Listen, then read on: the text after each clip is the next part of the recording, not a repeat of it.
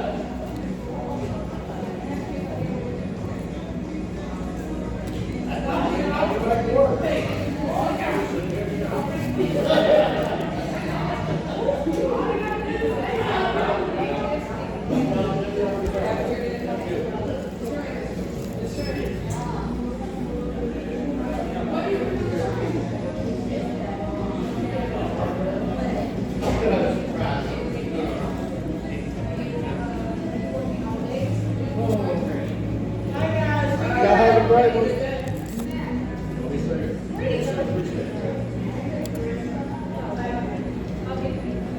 works so much better as a chicken sauce. Is it? Oh yeah. You got Krabby Patty with the chicken? Yeah, the home style chicken. It works really well.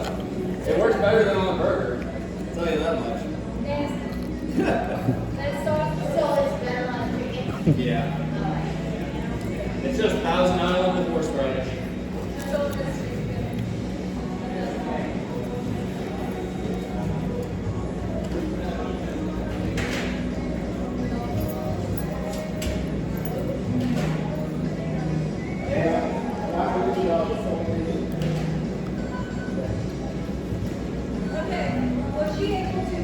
All right, I'm not going to waste any of your time. I'm just going to break down each individual item.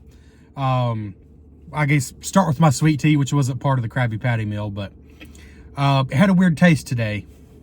Don't know what that was all about. Usually Wendy sweet tea. As a Southern guy, a Southern large guy, I'm going to say this. Like McDonald's, I think Wendy sweet tea has too much sugar in it. It's too sweet. Just a little bit less, and I actually think it would be more refreshing. Like, it sticks to your mouth. But I do normally like Wendy sweet tea. Like, it's good. Bojangles is the best. If you live anywhere with a Bojangles, our Bojangles around here do it right. They may not do it that way in every area, but down here in North Carolina, the Bojangles do it right, and they have just the best tasting sweet tea. This isn't a sweet tea review. The fries are just like, they're just Wendy's fries. There's nothing unusual about them for the Krabby meal, but they were good. The last, I don't know, 7-8 times I've had Wendy's fries, they've been pretty good. They changed them so much, but I thought maybe they've got to something good now, and hopefully they're sticking with it. Like the ones I had today were very similar to McDonald's fries. They're fairly, thin cut, very salty, so they're addicting. You just keep putting them in your mouth. But they have a little bit more of that potato flavor. They leave just a little bit of the potato skin on, which I like. Even though I know fries are incredibly unhealthy, I like to be reminded that at least part of what I'm eating originally came out of the ground, like as an actual thing that is food. And so actually, I like that a lot. Like the fries I had today, I prefer over McDonald's fries because they taste like potatoes still. I mean, McDonald's fries are addicting, but to me, McDonald's fries are like a Dorito chip or any kind of potato chip. I don't even think of those as real food. They're just addicting. But like the Wendy's fries, and the way I prefer my fries, they still taste a little bit like a potato, so you feel like you're kind of eating real food still. Anyways, I like the fries. But the two things that matter right now, let's actually start with the burger. So it is, don't let anybody tell you otherwise. Don't let anybody overhype it. It is a Dave single, period, with the sauce added. And the restaurant was really crowded. I guess I got in there at the wrong time. And I sat down at like the furthest place away from people. But then as soon as I sat down, 2 employees sat down right beside me. And I hope you heard that conversation. They were saying that the sauce is way better on the chicken sandwich. And I think they even said something about being nasty on the burger. I did not think it was nasty on the burger. But it did take me a second, like, what is this? Like, my first thought is Thousand Island. It's like a creamy, slightly zesty dressing. It's definitely not like ranch. It's like, what is this? And then the worker said, it's just Thousand Island and horseradish. Now, I don't know if they know that for a fact, like if they see the ingredients, or if they literally mix the horseradish and Thousand Island. I assume it comes pre-mixed. But I think he's probably right, whether he knows that for an absolute fact or not. A little bit of horseradish and Thousand Island, that makes sense. Because it's like slightly zestier Thousand Island. It's not like hot, it's not spicy, but it's a little more zesty than regular Thousand Island. I enjoyed it. Like, I don't think I would order it on my burger every time. I don't think it's worth having a whole SpongeBob collab thing for putting a little bit of zesty Thousand Island sauce on a burger you've been selling forever. But I thought it was pretty good on the burger. I like Big Mac sauce, Think of a Big Mac, but a little zestier. A little more punch to the sauce. That's what it is. Like, I wouldn't go on all my way for it, but I thought it was good on the burger. And I definitely could see it being good on a chicken sandwich. Like, I think that just makes sense. So, but I thought it was interesting. The workers were saying it was nasty on the burger. I didn't think it was nasty on the burger. I liked it. If you like a Big Mac and you think the idea of it being a little bit stronger sauce isn't a bad thing, I think you'll like it on the burger. But again, I think he has a point. I think on their regular chicken sandwich, probably the spicy one as well, but probably the regular one. I think the regular one needs a little help, and I think that's something they should consider offering on it all the time. I think it makes sense. I think that could be really good. I don't think nuggets would be bad dipped in it, but I don't even know if you can get it on the side. Oh, I got Mellow Yellow Zero Sugar to refill my cup, and it tastes weird too. I don't think the tea is the problem. I think it's their water. Oh man. Yeah, that doesn't taste good either. Okay, well that's not great. But so yeah, I give the burger, it's a day single and it was fresh, so it was good. I think Wendy's, when they make it fresh, I've had some disappointingly stale Wendy's burgers, unfortunately. Like even the bread is stale sometimes, and that's just disappointing. But when Wendy's is fresh, I think the Dave single is probably still near the top tier of like straight up fast food burgers. Like until you get in like the realm of Five Guys, which costs twice as much, is obviously a higher caliber burger. But in the realm of, you know, McDonald's and Burger Kings and Wendy's, Sonic's, Jack in the Box, Hardee's, I still think the Dave single from Wendy's when it's fresh is in the upper tier for sure. And I like the sauce, so that's a win. But the real story here is definitely that Frosty. What do they call it? Can I see the sun? I can't read it from here. The Frosty, the Krabby Frosty, whatever they called it. It's just a vanilla Frosty with the mango pineapple puree. And it's mixed all in it, so the whole thing has that taste. And then they put extra layer on the bottom. And that's intentional, because everyone I've seen, like on other videos, is the same way. So if you want to mix it all together, you can make the whole thing stronger. I enjoy dipping down sometimes to get to the extra sauce, but for the most part, I left it as is and then had extra sauce at the bottom, because it just reminded me how much I miss the vanilla Frosty from Wendy's. It's so creamy. It's just such a good vanilla flavor. And that's the brilliance of this Frosty. There's two things that I think, there's two reasons I honestly wish this Frosty was not a collab with SpongeBob, because I know it's going to go away, because they're not going to keep the SpongeBob gimmick forever.